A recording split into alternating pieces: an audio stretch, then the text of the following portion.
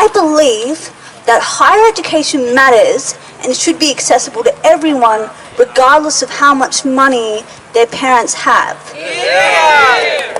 And I believe that not only can we keep higher education accessible for ourselves, we can keep it accessible for future generations, so my nieces and nephews don't have to be millionaires in order to get a degree if they want it. And I believe that ultimately we can create free education in Australia. Everyone deserves a chance to be educated. It's a right, not a privilege. We deserve to be educated and build better lives for ourselves. And that's why I'm disgusted with this budget, because yet again, a bunch of men that got a completely free education are trying to rob me of the chance to do my masters.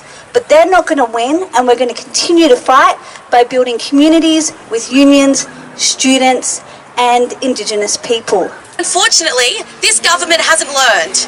They've come back after 3 years of planning, and their solution is to cut education funding, $2.8 billion.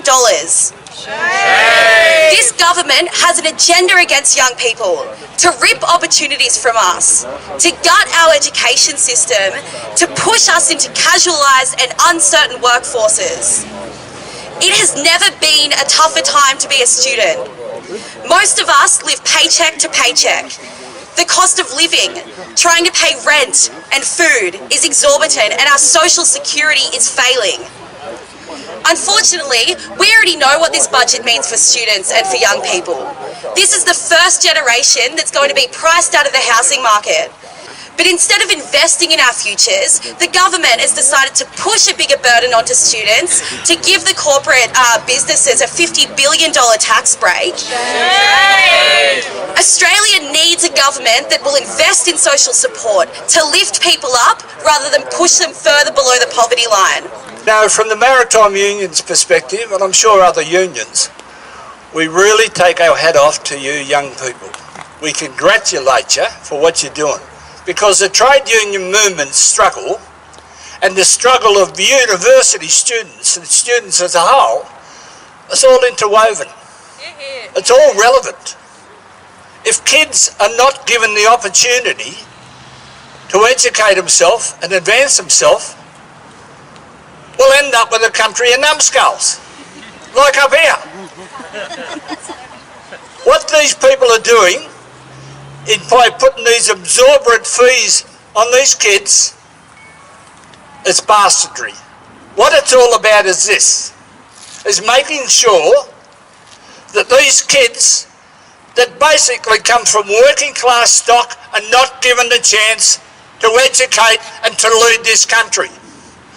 By putting the fees up and up and up, it makes it impossible for these young people to match strides with it.